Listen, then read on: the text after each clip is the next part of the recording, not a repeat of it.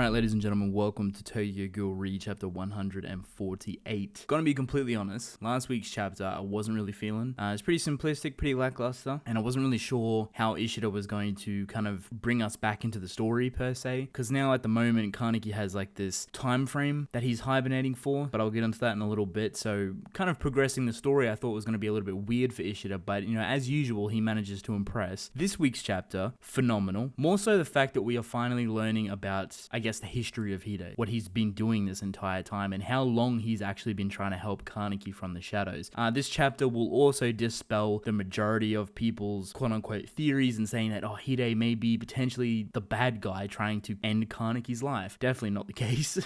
This chapter actually brings back the Hide character that we know and love, something that we're very familiar with from the beginning of the series, which is a really cool thing to see. I'm glad Ishida kind of gave him a way to speak without using his textbook now. You know, he doesn't have to write stuff down anymore. Dr. Ogura, who I said would come in sooner or later, he's part of the Great Wheel Act, basically a human that is obsessed with ghouls and the anatomy and whatnot, basically created a device for Hide's neck. It's basically one of those things that allows him to talk, kind of similar to, I guess if you get throat cancer, I'd imagine, and they install like this little buzzer thing that uses frequencies, I believe. I'm not entirely sure, but I'm guessing it's kind of similar to that. So Hide is now able to speak using this little voice modular thing installed in his neck. It's going to take a little bit for him to, I guess, get fully used to, but you know, he's using it pretty proficiently right now. Interestingly enough, he was working very closely with Amon, theoretically. He has a very long running history with Amon and Akira. They actually meet up in this chapter, so it's good to finally see Amon and Akira. It's good to know that Amon and Akira were doing their own thing in the first place and not necessarily trying to help Kaneki in any way, shape, or form prior to this situation. But then again, they were doing their own thing. I mean, it's not all too surprising. A little bit of history there, which I like. You know, there a little bit of exploration with Hide, Akira, and Amon. I feel like Amon is sitting very comfortably now being a ghoul and whatnot. And he doesn't even seem like one in this chapter. It's kind of just like he's reverted back to his original self, because he's very self-conscious, the fact that he was this, you know, ghoul of sorts. Now he's kind of come to terms with it in hindsight, which I think is pretty good. Another thing, however, that the CCG kind of bring up is the history of Dr. Kanao and how he is kind of like the main culprit for everything that's happening right now. And this kind of brings up the subtle version of the resurrection techniques that Dr. Kanao has been trying to do. The one example is Okahira, and Okahira is a very weird example because it did mention to Yui that he wasn't actually alive, but he wasn't dead either. You know, he wasn't fully there, if that makes sense, and that he had to take these tablets so he wouldn't disappear. So far since then, the resurrection stuff has only been brought up by Furuta, who seemed somewhat disappointed in the previous chapters because Kaneki didn't turn out the way he wanted it to, or something along those lines, which I'm not too sure with Furuta. His plan's completely different to what it seems to be Dr. Kanao's. So honestly, there's like 4 different things going on here, 4 different plans and motions we're trying to get a concept on, and then every character is kind of just messing with other characters. So Dr. Kanao's backstory is rather interesting though. It's not too cliche, but at the same time it is.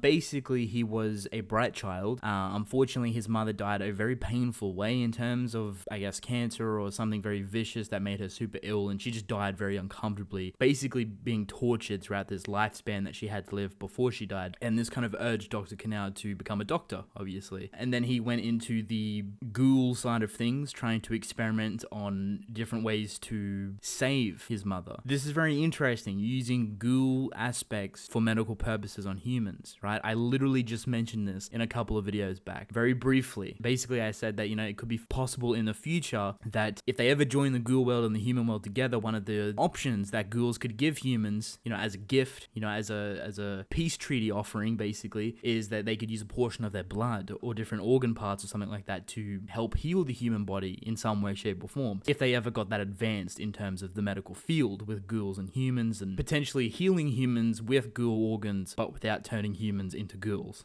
It's kind of weird. But it seems like that's what Dr. Kanao was trying to do with his mother. He was trying to save her using, I guess, ghoul anatomy. And I guess this is where the experiments come from. Now, she did pass away, and he continued his work very viciously. I think he is literally trying to bring her back to life from the dead. I'm not too sure how far Ishida is going to explore this resurrection thing, but it's coming in very late game, if that makes sense. Like, this resurrection stuff has been around for a little bit now, but it's never really been played upon, and we weren't really sure if the resurrection stuff was going to be heavily played upon. But now it's becoming like a main driving force of the story, because potentially even Furuta is also trying to do this to some extent, hence his potential disappointment in the past couple of chapters regarding Dragon Kaneki. Now, I don't know what Dr. Kanao is offering people or what he's trying to get people to do when it comes to Dragon Kaneki, because supposedly there's a connection with Dragon Kaneki and Resurrection and the Naga Serpent and, you know, all this stuff kind of joining somehow all together. So I don't know how people are going to feel about this, because Resurrection is quite a weird thing in a lot of different works. So, I mean, they did mention prior in saying that the Naga Serpent shared his life force with people to keep them alive. Maybe that's what Dr. Canal was trying to create with Dragon Kaneki, but a smaller version to potentially heal his dead mother. Don't know. Just throwing that out there. I do want to mention one panel with Hide. I'm sorry I'm lingering on this Hide stuff for a lot, but there's a panel of Hide basically saying I love him, and I almost wanted to cry, because it just brought back those so very raw emotions from the beginning of the series between Kaneki and Hide. Before anything happened, there's innocent days before anything happened, basically. Armon basically asks, you know, why are you doing this? Why are you going through all this effort to save Kaneki? And Hide responds with, you know, I love him. It's very impactful. It's been something that's been teased for a very long time, and the fact that we're getting it now, it really puts in perspective, like, potentially the ending of the story. It definitely seems like we're in the final stretch, but it doesn't at the same time, because of so many different things coming into the picture right now. Where the story goes from here, I'm not entirely sure. Now, Suzuya seems pretty set on actually destroying Kaneki for the most part.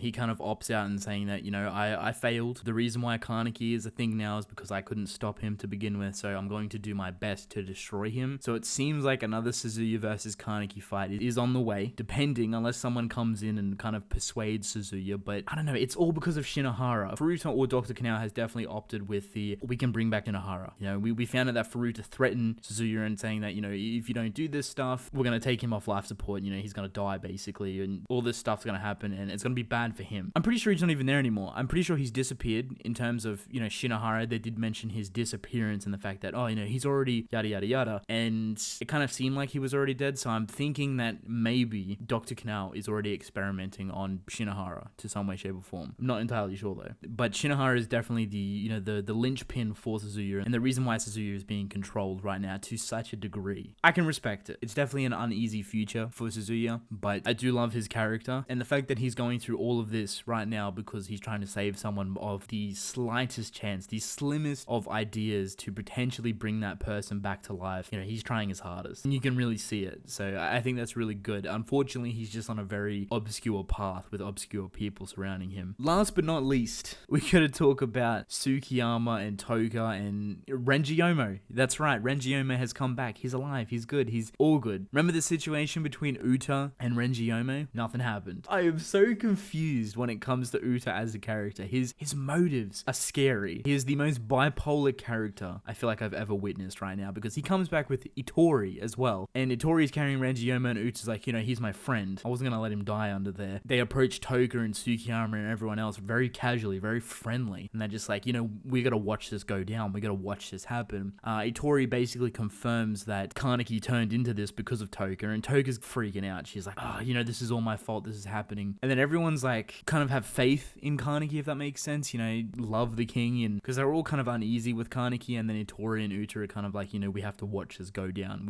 There's nothing we can really do at the moment but have faith. Everyone starts to scream out Kaneki's name, like, oh, you know, we love him, we love our king, yeah, our king's the greatest, she loves our king, you know, all this stuff. And, you know, it's kind of just raising Toga's anger issues to like this highest degree, and she's like about to burst. She's about to tell everyone to just shut up and be quiet. And then Tsukiyama just loses control. He just screams, and the final panel of him screaming is the greatest thing. He is like so distraught by everyone being like, oh, she loves Kaneki, love our king, and just all this stuff regarding this king. Like, this is just baseless followers, and the Tsukiyama just loses control. It's great. It's really great. That's basically the entire chapter. I have a lot of questions. I'm definitely going to go back and reread this chapter a bunch of different times just so I can understand what's going on properly. Do look forward to a lot of videos kind of breaking down different pieces from this chapter, that's for sure, because there's a lot of different stuff going on, and I'm very excited to talk about it. Once again, Ishida pushes everyone to the edge of their seats, and then he brings them all the way back, and then he pushes them once again, and then it's just this constant back and forth cycle with Ishida's writing, but he always manages to bring it full circle. He always manages to bring it back and times it by 10, gives us new pieces of information, stuff that we weren't expecting to happen. And this is the beauty of the story, because it evolves so much more further and more rapidly than people actually expect. And then you sit there and you're like, whoa, like what just happened? I am perplexed. And you just lose all insight of what's going to happen next. And then you'll probably get like a another dull chapter next week, and then it's kind of like, oh, it escalates once again the week after. So as usual, I have faith in Ishida. It's just his up and down chapters always get me. So with that being said, I want to thank you all for watching, but I'm actually going to end the video off here. Hope you guys enjoyed. Don't forget to subscribe. I really appreciate it. Let me know your thoughts in the comment section below, and I'll catch you guys in the next video.